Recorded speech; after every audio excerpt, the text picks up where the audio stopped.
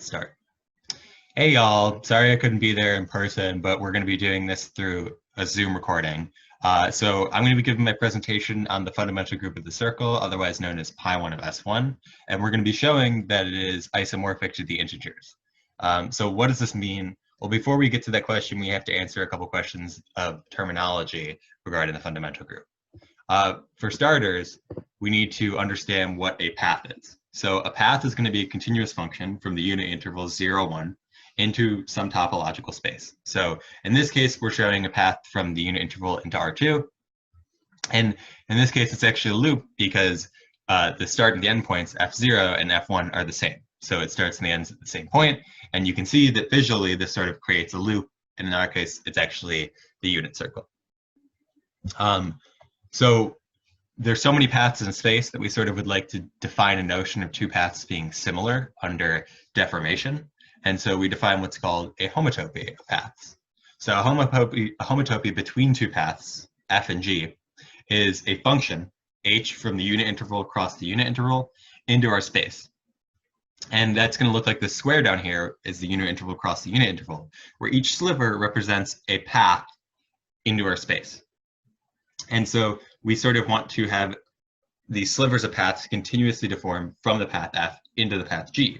So the first sliver, which will be represented by ht of 0, or h of t0, is going to represent the path at f of t.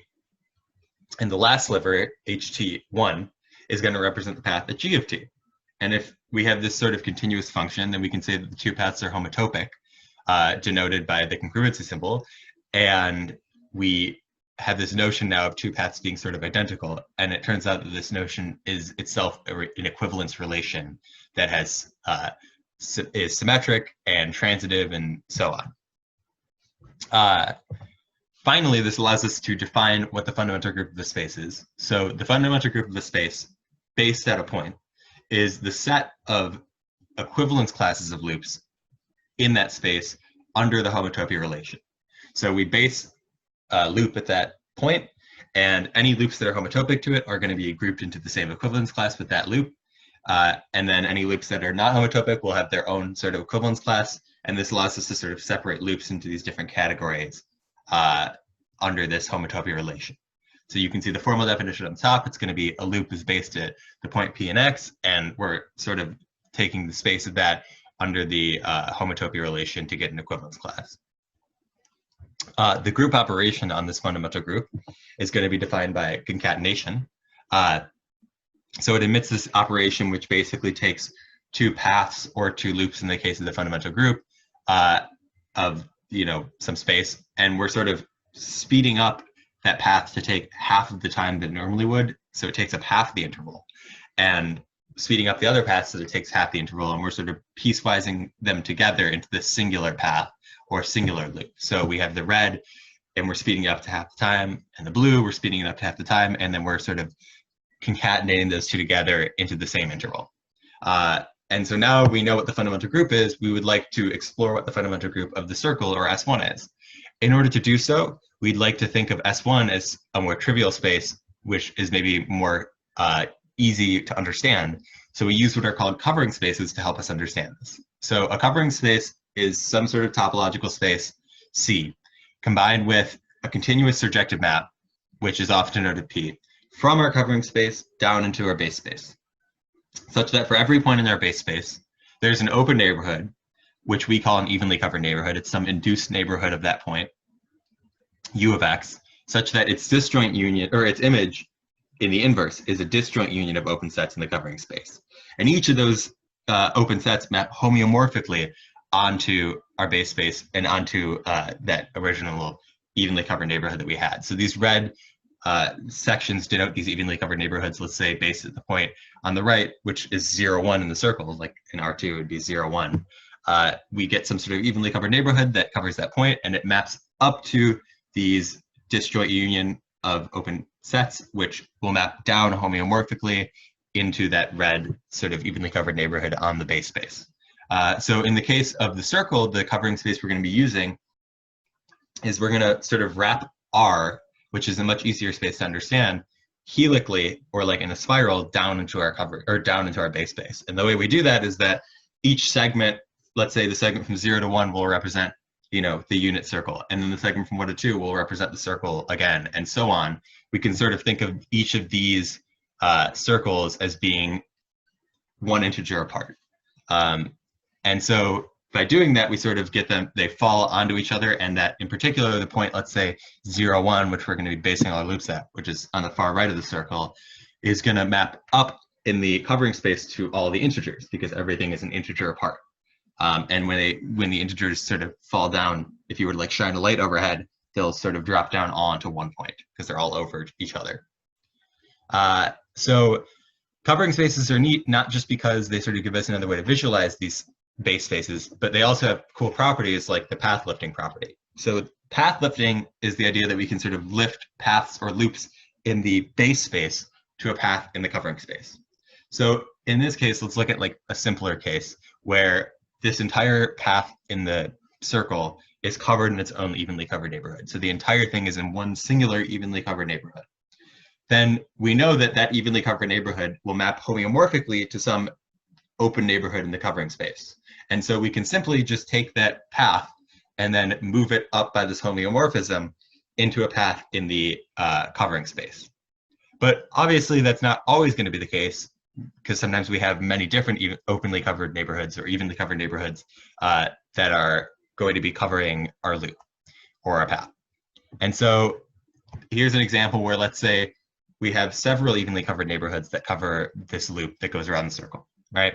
In this case, we have 4, but we could have even an infinite number. When we map them backwards under our inverse image of the path, so like in our case, if the path is f, if we map it backwards under the inverse image into the unit interval, we see that it sort of creates a covering of the unit interval, which immediately by compactness, we can restrict to a finite covering. Once we have it as a finite covering, which in our case, it already was a finite covering, then we can partition it in such a way that each partition of the unit interval will land in its own evenly covered neighborhood. The reason we can do that is because all of these evenly covered neighborhoods are going to overlap because the space I, or the unit interval, is connected, meaning that we can't have sort of we can't have the case where we have something covering it and there's no overlap, because otherwise it would imply that it's disconnected. And once we have this partition, we can sort of think of separating these into chunks of their own evenly covered neighborhoods. So each evenly covered neighborhood represents its own sort of path that we can lift. So similar to the simple case of path lifting, this orange section can sort of be homeomorphically lifted up into the covering space, and that will sort of be our base step of induction to show that we can do this all the way around the path, or all the way around the loop. And so once we've lifted that, we now want to lift the next section as sort of the inductive step. So for the green section, we can lift that similarly and just base it at where the orange part ended, because they sort of overlap at that point. So where the orange part ends is where the green part will start. And just like this simple case, we can say that we can lift it up into the covering space homeomorphically, where it matches up with that base point, or at the same point where they sort of overlap. And this tells us that we can sort of take loops in the base space and continuously lift them up into paths in the covering space. And similarly, two loops that are homotopic in the base space, we want to show that they're homotopic in the path space. Well, this can be done very similarly to the path lifting lemma by sort of thinking of mapping some homotopy of paths. It's going to be covered in some evenly covered neighborhoods. If we map those back onto the inverse image of the homotopy, we get something that might look like this, where we have certain splotches of evenly covered neighborhoods. And then again, by compactness, we can restrict that to a finite covering. And then finally, by connectedness of I cross I, or the unit interval across the unit interval, we can partition that into these rectangles, which each map to their own evenly covered neighborhood. And then we can sort of, under these homeomorphisms, map sections of the homotopies of paths up into the covering space. And we ultimately get that homotopic loops in the base space map to homotopic paths in the covering space. So the upshot of both of these things, it tells us that loops in the base space lift to loops, or to paths in the covering space, and homotopic loops in the base space lift to homotopic paths in the covering space. And we're going to use this to show that the covering space, or we're going to use this covering space property to show that the fundamental group of the base space, the circle, is going to be the integers. How we're going to do so is by defining this function psi from the integers into pi1 of S1, otherwise known as the fundamental circle, or the fundamental group of the circle. And this will take some integer and map it to the equivalence class of loops omega n, where omega n represents going clockwise around the circle n times at a constant rate. So in our case, in the example here, we're looking at omega 3, and it represents going around the circle 3 times as it goes across the unit interval. All right. So the first thing we need to do is we need to show that it has the group homomorphism property, which is basically to say that we want to show that omega n dotted with omega m is the same as omega n plus m. So omega n dotted with omega m represents half of the unit interval you're going to spend going around n times, and half of the unit interval you're going to spend going around m times. Whereas omega n plus m just represents n plus m times as a constant rate. So let's say n was 3 and m was 5, you'd spend half of the time on this side going around 3 times, and then half of the time going around 5 times. Whereas this one, you'd spend a proportional amount of time going each time around the circle. So they'd all be the same amount of time spent going around the circle. And so in order to homotope from one side to the other, we can sort of linearly deform n and sort of grow it or shrink m or whatever it needs to be in order to get it to match up with omega of n plus m. And this shows us that the group homomorphism property will hold. Now we need to show that psi is also a surjective function. And to do so, we can think of some sort of loop in the base space. Let's call it f, and it's in pi1 of S1, and it's based at the point 0, 1, which is the rightmost point of the circle. Well, we know that it starts and ends at 0, 1, and so since 0, 1 is projected to by all of the integers, we can sort of base our lifted loop by the lifting property at any of those integers. So we'll start it at 0, and we want it to go somewhere in the covering space.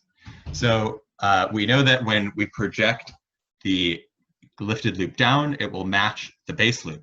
So we know that the projection of f tilde at 1 will equal f of 1, which will end up being the rightmost point in the circle because it returns back to where it was.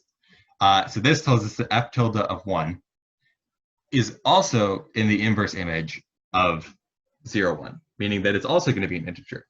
So for some n in the integers, we can say that that's where f tilde of 1 will be. So it starts at 0 and ends at some integer, meaning that just like any other function that starts at 0 and ends at some integer, such as, for instance, omega n, when it's lifted, will start at 0 and end at n, if you base it at 0, it's going to be homotopic to that, because we can sort of just think of linearly moving these things in R. Since they start and end at the same point, it's pretty easy for us to homotope one into the other because it's a much simpler space to move around and it's connected and things like that. Then, now that we have the lifted loop f and the lifted loop omega n are homotopic, we can project them down into the base space, and we get that f and omega n are homotopic because homotopies will project down continuously. And this tells us that it's mapped to by psi of n. And so this shows us that it is surjective. Finally, to show that it's an isomorphism, we would like to show the injectivity of psi. So we suppose that we have n and m such that psi of n is equal to psi of m, and we'd like to show that n equals m. Well, psi of n equaling psi of m is equivalent to saying that omega n is homotopic to omega m. And then by the homotopy lifting property, we can sort of lift these up to homotopic paths in the covering space. So one path, we can start at 0, and it's clear that it will go to n. And then the other path, if we start at 0, it's clear that it will go to m, because they're sort of looping around the circle n times and n times respectively. And what this tells us is that if they both start at 0, then they must both end at the same point, because we ultimately are going to get that the two are sharing a homotopy relative to the endpoints. And so what this tells us is that if we were to have a homotopy between the two and they didn't have the same point at the end, then we'd get sort of a jump between n and m, which is impossible. It'd be discontinuous. So this tells us that n and m must be the same. And ultimately, this gets us to the point, which is that pi1 of S1, or the fundamental group of the circle, is isomorphic to the integers under this isomorphism that we've described. And it's a very useful thing for many algebraic topologists to sort of study other shapes that maybe involve circles or things like that. So thank you so much for listening. I hope this was an informative talk, and I'm sorry I couldn't be there in person to answer more questions, but thank you.